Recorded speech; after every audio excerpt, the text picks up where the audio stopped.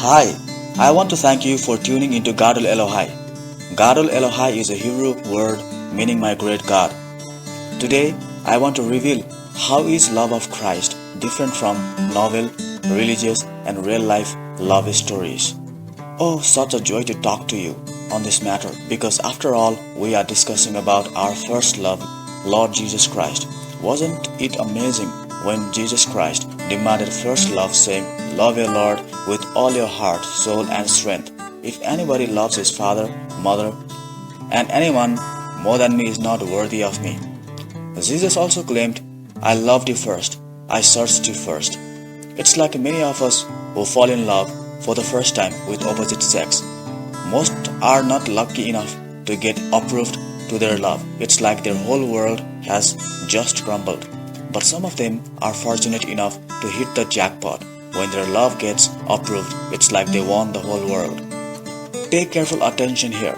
I'm pointing to Jesus Christ, who is always showing love and proposing us. He pays personal visits in a dream, sends you love letters through scriptures and angels with his servants to give you a message of hope. Above all, he calls you by your secret names and he knows your hidden desires, weaknesses, and strength. His calls are effective than mobile phones, video, and verbal calls of communication mediums. Jesus does not give up even if you don't accept his love. Do you remember David who brought back his wife Michal? Don't you remember Samson who sought his Philistine wife given to another man? And though cheated, these true lovers embraced them. Yes, dear beloved of Christ, all three, Jesus, David, and Samson, has shown what true love is like. True love never gives up, and they will always want to bring you back no matter what you did and no matter whom you sold yourself to. True lovers fight to win their love, and Jesus Christ, along with David and Samson, have displayed you this.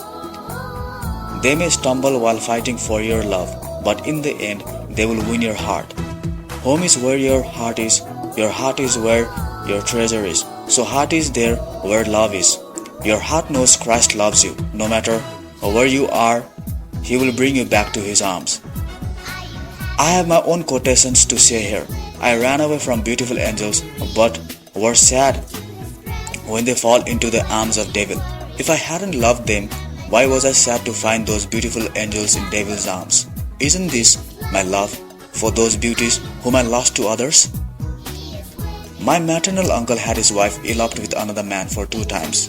First time, he brought her back without engaging in a fight. Second time, he broke the head of a man his wife had eloped with. My uncle is an example of true love. Now forget about me and let's get back to love of Christ. His love is definitely different than mine and rest of others ever imagined and happened. Even if you run, he will still love and cry for you and snatch you from devil's arms. Today is the day. If you hear his voice, do not harden your hearts. God dwells in today. Yet this today are yesterday, today, and tomorrow for us. God has always proved his love to us this day. It's about softening heart to listen God, to believe his love, and that's all. Aren't we to approve love of Christ because God so loved the world that he sent only his begotten Son, so that whosoever believes may live and not perish? Aren't we supposed to believe in such a tremendous love of Christ that gives eternal life? Often people reject others' love due to disbelief. It's true in case with love of Christ, which is being rejected with disbelief but approved with faith. Many people die of their love. Some commit suicide, others elope. Somewhere people wage war and some people leave their family for their love. Reminds me of King Xerxes, a Persian ready to marry Esther without knowing her real identity. Love is beyond emotions, desires, and bond. It is giving yourself to your love. This is what Christ did. He gave his love for the cross, spreading his arms saying, "I love you this much." He had been spreading the arms for a long time, but there was none at that period to turn that spreaded arms to embracing arms. He could only open his arms wide open to be empty-handed, naked, forsaken, and cheated. All the apostles had run away except Peter, who later denied Christ at his face. The crowd mocked his love. Often people have talked about mad love and blind love. Guess what? Soldiers blinded Jesus, calling him mad. That's what love does. True lover suffers for the sake of their love. Before he died for his love, with arms wide open, he said to one of the beloved, "Today you will be with me in paradise." Because he finally believed in love of Christ. Jesus is not here to give us temporary pleasures of love, but a genuine love. He wants us to be with his love for today in eternity, not only yesterday, today and tomorrow of this worldly life. There is famous Eastern romantic love proverb, "I will love you until 7 births," meaning forever. Biblically, number 7 is numeric code for complete and full. But this is true only in the case of Christ and his beloved romance for eternity, which can be said, "And they lived happily ever after" in fairy tales tradition.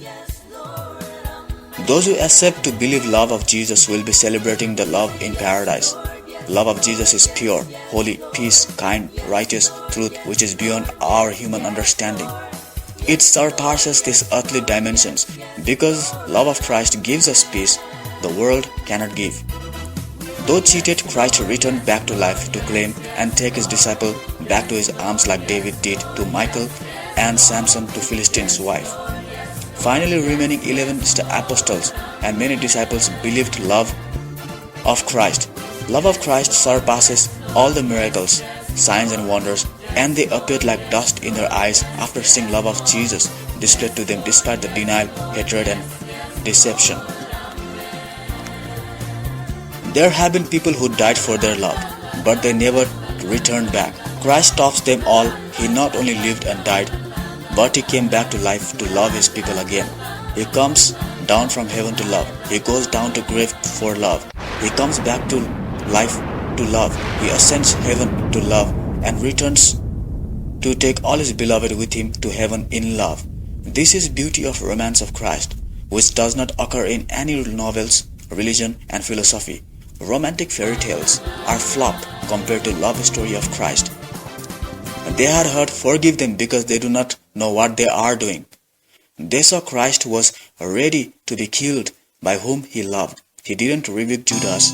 Never can you find a single incident of Jesus rebuking him, because Jesus knew that Judas did not know what he was doing by doubting love of Christ.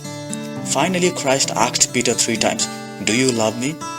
Peter broke into tears and said, "You know I love you." In fact, he had said many things in the past but was never able to say he loved Christ. But after seeing love of Christ, he believed in God's love. At least in the last hours, you find Peter's beginning to love Christ, and it was same with other apostles and disciples. Finally, he produced fruit of love. It is same with us. We begin to love Christ when we slowly start tasting his love. Over the years pass by, we realize how foolish we have been by believing Christ for different reasons instead of who he is and what he does, which is love. It's time to approve love of Christ with faith. God bless you all and have a nice day ahead. Amen. Yours in Master Service, Thomas Bogarty.